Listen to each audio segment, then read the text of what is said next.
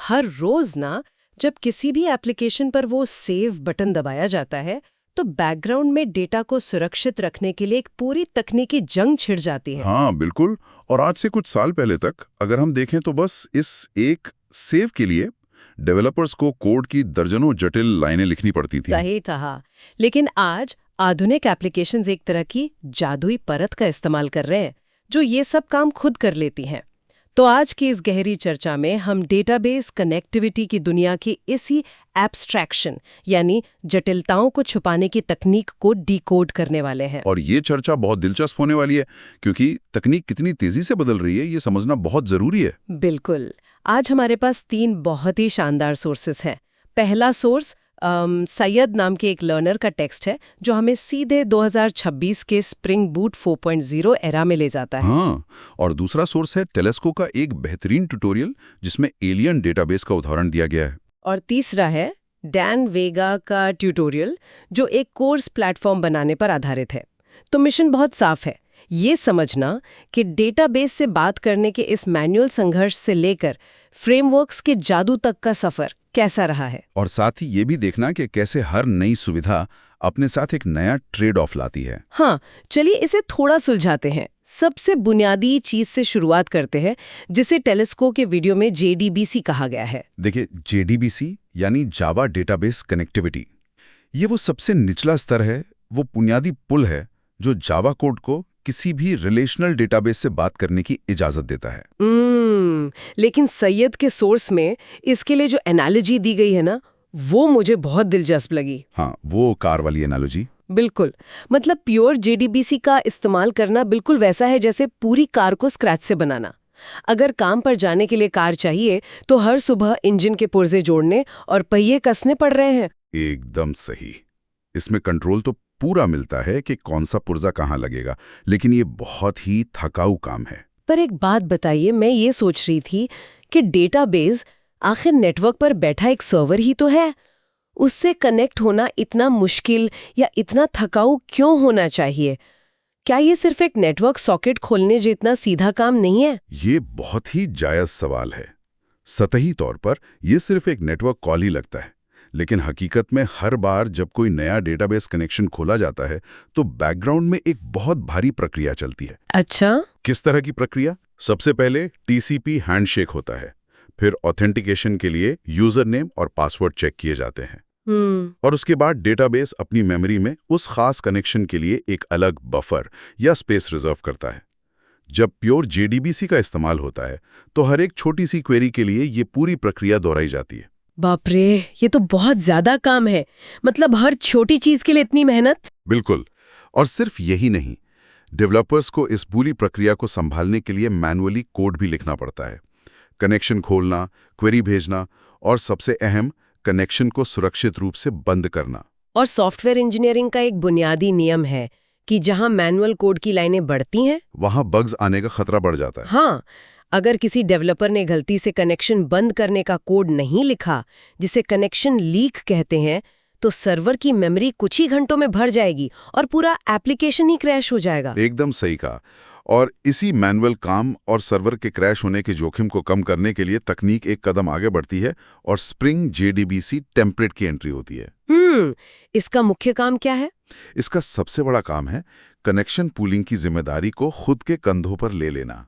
ये उस कार को बार बार बनाने वाली समस्या का एक बहुत ही स्मार्ट समाधान है। तो ये कनेक्शन पूलिंग असल में काम कैसे करता है? इसे एक व्यस्त रेस्टोरेंट की तरह समझिए। प्योर JDBC का मतलब है कि हर नए ग्राहक के लिए बाजार से एक नई टेबल और कुर्सियां खरीद के लाना, जो कि पूरी तरह से बेवकूफी भरा काम है। हाँ बिल्कुल। तो कनेक्शन पूलिंग का मतलब है कि रेस्टोरेंट में पहले से 10 या 20 टेबल तैयार रखी गई हैं। ग्राहक आता है, खाना खाता है और चला जाता है। ओह, और उसके बाद वही टेबल तुरंत साफ कर दी जाती है ताकि अगला ग्राहक बैठ सके। सही पकड़े। तकनीकी भाषा में डेटा सोर्स के जरिए डेटाबेस के कुछ कनेक्शन पहले से खोलकर मेमोरी के एक पूल में रख लिए जाते हैं। एप्लीकेशन नया कनेक्शन बनाने के बजाय उसी पूल से कनेक्शन लेता है और काम खत्म होने पर वापस लौटा देता है। ये एनालॉजी इसे बहुत अच्छे से स्पष्ट करती है। लेकिन यहाँ एक और तकनीकी पेच मुझे नजर आ रहा है। वो क्या? कनेक्शन पूल का कॉन्सेप्ट सुनने में तो बहुत शानदार लगता है, लेकिन क्या मेमोरी में हर समय इतने सारे कनेक्शन खुले रखने से सर्वर पर फालतू का बोझ नहीं पड़ता, खासकर तब जब एप्लीकेशन पर कोई ट्रैफिक ही ना हो। ये एक बहुत ही क्रिटिकल ऑब्जर्वेशन है और यहीं पर ना आर्किटेक्चर की असली परीक्षा होती है। अच्छा? हाँ, क्योंकि पूल का साइज तय करना अपने आप में एक कला है। अगर पूल बहुत छोटा रखा गया तो ट्रैफिक बढ़ने पर नए यूजर्स को इंतजार करना पड़ेगा, जिससे एप्लीकेशन धीमा हो जाएगा। और अगर पूल बहुत बड़ा कर दिया तो जैसा कि मैंने पूछा, डेटाबेस सर्वर की मेमोरी ही खत्म हो जाएगी। बिल्कुल।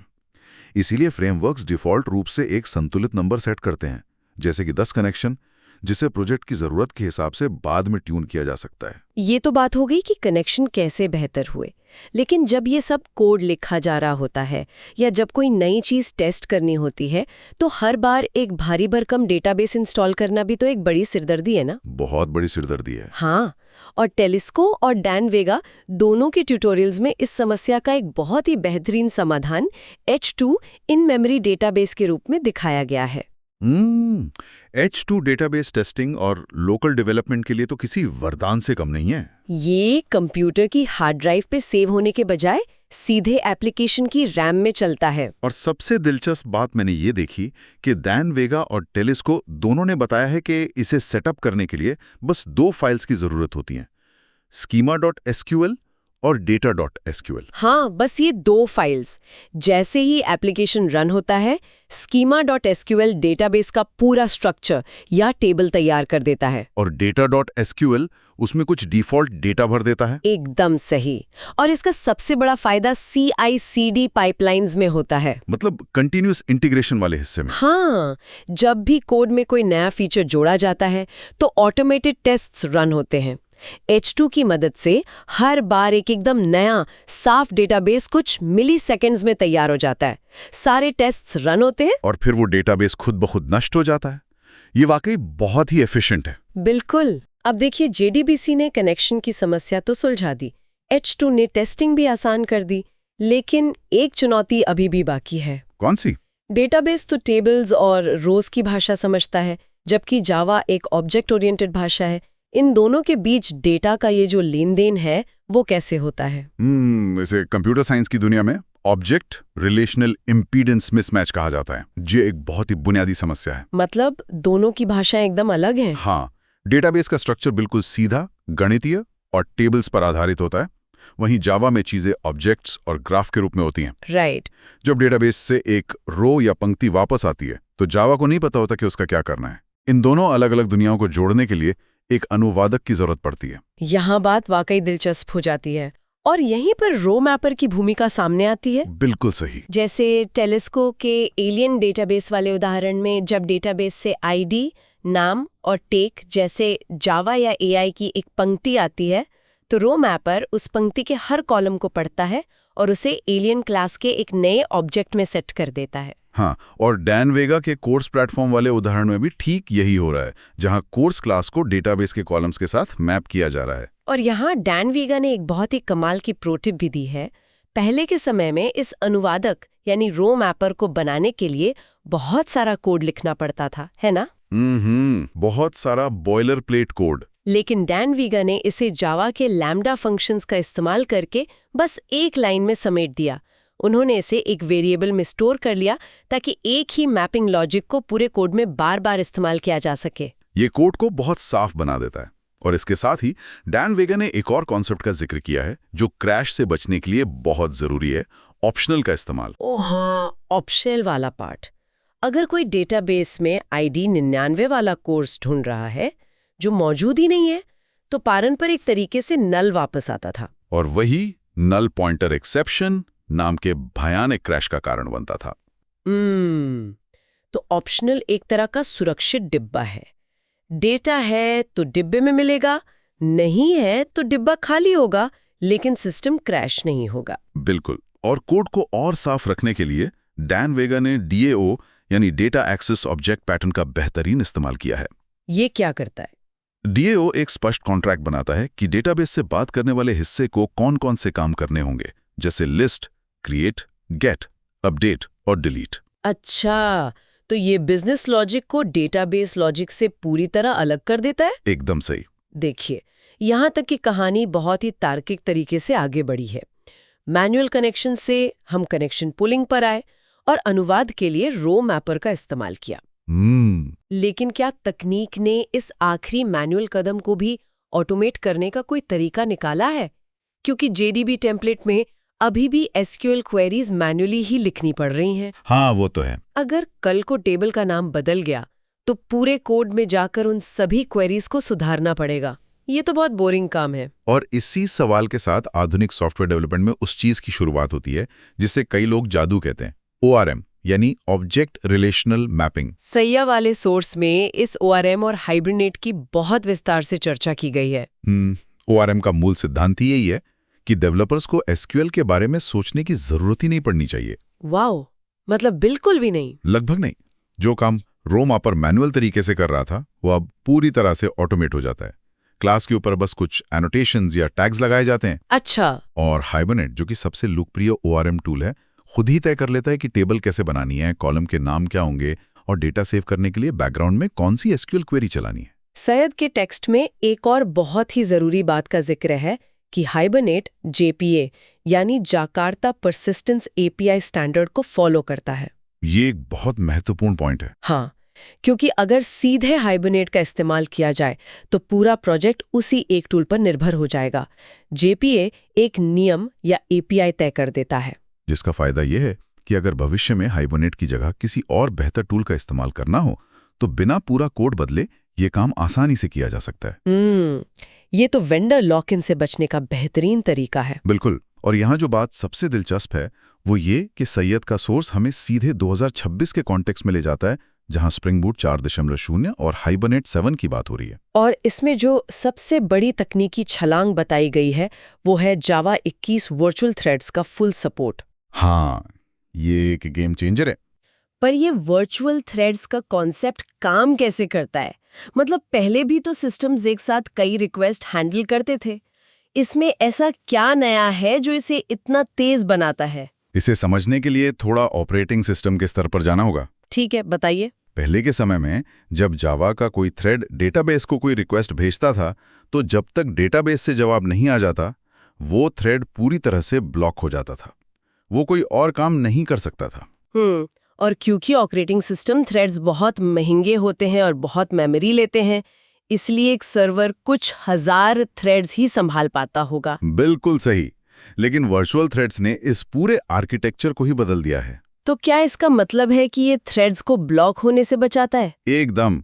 जब कोई वर्चुअल थ्रेड डेटाबेस को रिक्वेस्ट भेजता है और जवाब का इंतजार कर रहा होता है तो वो मुख्य कैरियर थ्रेड से खुद को अनमाउंट कर लेता है। ओह, इसका मतलब है कि मुख्य थ्रेड आजाद हो जाता है और उस खाली समय में किसी दूसरे यूजर की रिक्वेस्ट को प्रोसेस कर सकता है। हाँ, और जैसे ही डेटाबेस का जवाब वापस आता है वर्चुअल थ्रेड फिर से माउंट हो जाता है और अपना काम पूरा करता है। वाओ! इसकी वजह से अब एक ही सर्वर लाखों डेटाबेस कॉल्स को बिना अटके और बहुत ही कम मेमोरी में हैंडल करता है। ये परफॉर्मेंस के मामले में सच में एक बहुत बड़ा जंप है।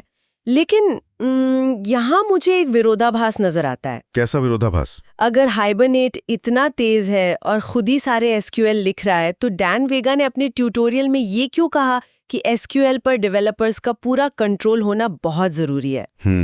यहाँ मुझे एब्स्ट्रैक्शन के ट्रेड ऑफ्स की याद आती है। जब सारा काम जादू से होने लगता है तो कई बार भयानक गलतियां भी छुप जाती हैं, जैसे कि प्रसिद्ध N+1 क्वेरी प्रॉब्लम। तरीके से कॉन्फ़िगर नहीं किया जाता। थोड़ा आसान भाषा में समझाएंगे इसे? बिल्कुल। मान लीजिए एक कोर्स है और उसमें 100 छात्र हैं।